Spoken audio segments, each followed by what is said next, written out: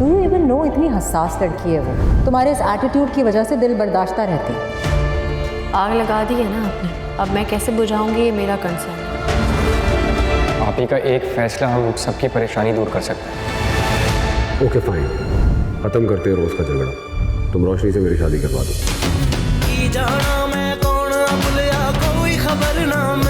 तुम घटिया हो। Get lost.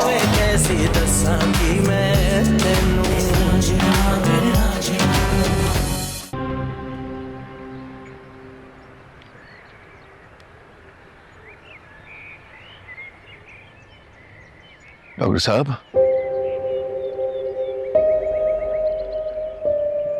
क्या हुआ है मुझे? बाबा इसने टक्कर मारी थी, हम गिर गए थे। आपका बीपी बहुत हाई है। ब्लड प्रेशर समझते हैं आप? जी जी, मैं इंग्लिश लिटरेचर का प्रोफेसर हूँ। रियली? Thank God. फिर तो आपको बात समझाने में बहुत आसानी होगी। आपका ब्लड प्रेशर बहुत हाई है। आपने कभी कोई ब्लड प्रेशर की मेडिसिन ली? जी जी नहीं। आपका ब्लड प्रेशर बहुत हाई है, उसकी वजह से आपके दिल पे बहुत प्रेशर पड़ रहा है और ईसीजी की रिपोर्ट में भी कुछ अच्छे चेंजेस इंडिकेट नहीं हो रहे। आपको मुकम्मल चेकअप करवाना होगा। सुनो डॉक्टर, हम थाने में तुम्हारी शिकायत नहीं करेंगे, ठीक है ना? इसलिए ना तुम खुद डरो ना हमें डराओ। तुम्हारी गाड़ी से टक्कर हुई है मेरे बाबा की, उन्हें चोट लगी और तुम बता ये रहे हो कि उन्हें दिल का मर्ज है, बीपी हाई है। हम गांव के कोई जाहिल बेवकूफ लोग नहीं है, समझ आ रही है तुम्हें? देखो बाबा ठीक हो गए हैं, तुम्हारा काम खत्म हो गया, हमें दवाइयां दो, हम जाए। देखिए सर, आपके हार्ट की कंडीशन ठीक नहीं है, आपको मुकम्मल चेकअप करवाना होगा। आपका बाईपास भी हो सकता है, ओपन हार्ट सर्जरी।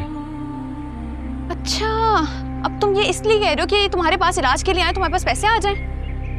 नहीं नहीं बेटा, पूरी बात ऐसे नहीं कहते।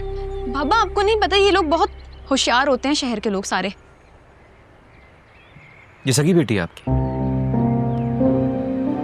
जी सर, शहर में मैं जिस हॉस्पिटल में काम करता हूँ वहाँ का कार्डियक वार्ड बहुत अच्छा है। ये आप वहाँ का कार्ड रख लीजिए और जल्द से जल्द वहाँ चेकअप करवा लीजिए। हम नहीं आएंगे खुद को लुटवाने के लिए। शहर में एक पागल खाना भी है जहाँ मुफ्त इलाज होता है। तुम इशारों में मेरी बुराई कर रहे हो ना? जी नहीं, डायरेक्ट कह रहा हूँ।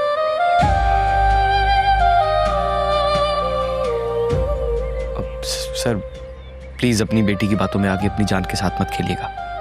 आपका चेकअप करवाना बहुत जरूरी है। मैं तो कहता हूँ आज ही चले जाइए, बल्कि मैं जा रहा हूँ, मुझे हॉस्पिटल में काम है। आप मेरे साथ चलेंगे तो अच्छा होगा। हाँ, कसाई खुद अपने हाथ से बकरा पकड़ के ले जाएगा। नहीं शुक्रिया डॉक्टर साहब, अब मेरी तबीयत काफी संभल चुकी है। ये मेडिसिन की वजह से है, ये टेम्परेरी है। हाँ चलो बाबा, हम घर चलते हैं। ये लोग तो हमें लूटने के लिए ही आए हैं।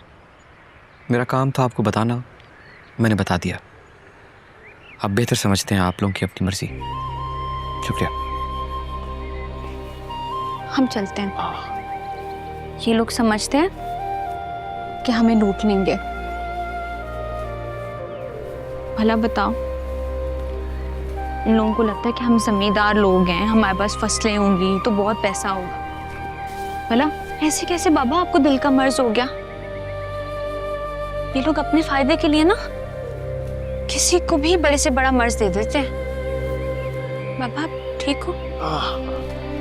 थोड़ा सा पैदल चलते। आजा।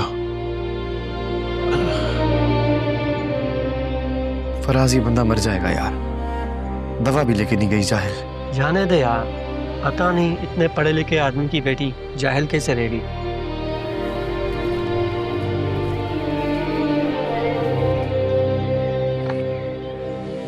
क्या हुआ उसका?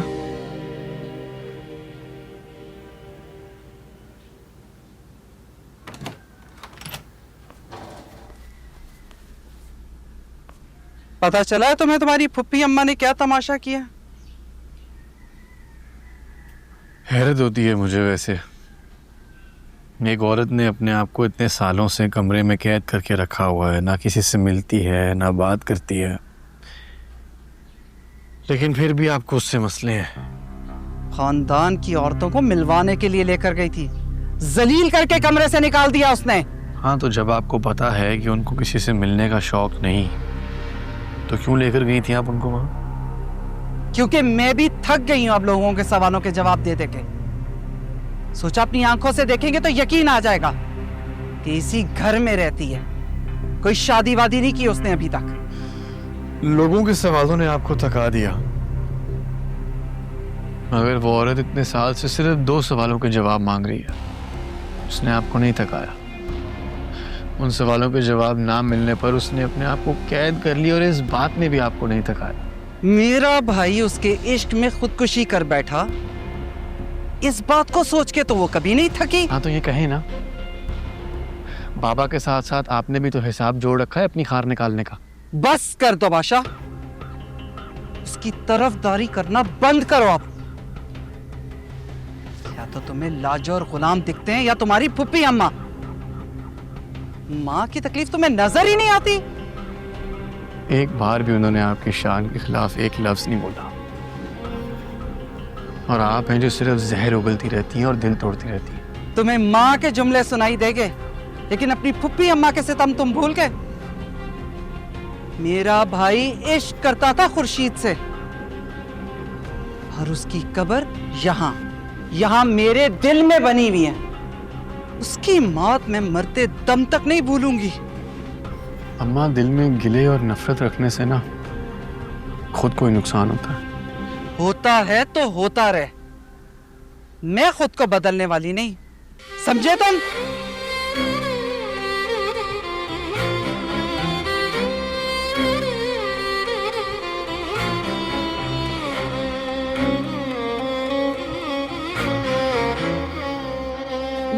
बाबा ये ना सूप पी ले, थोड़ी जान आ जाएगी। आप नहीं नहीं बेटा, अब बिल्कुल मन नहीं कर रहा।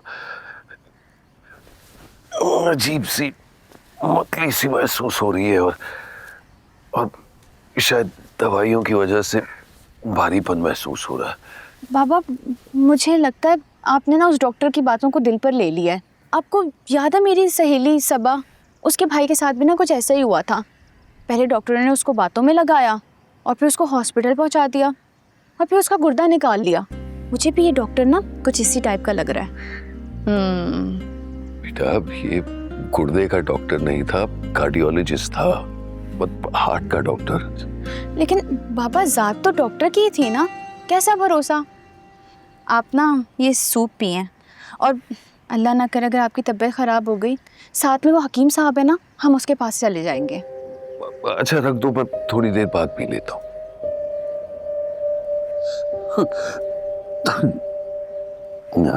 बाबा ठीक हो आप? वैसे तो हाँ हाँ, आप लेटें, आप लेटें।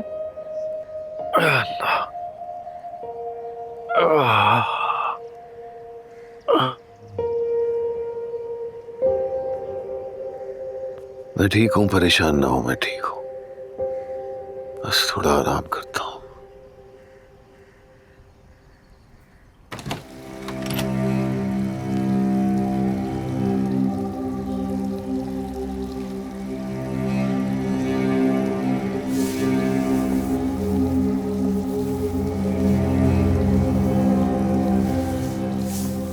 सलाम बादशाह सरकार।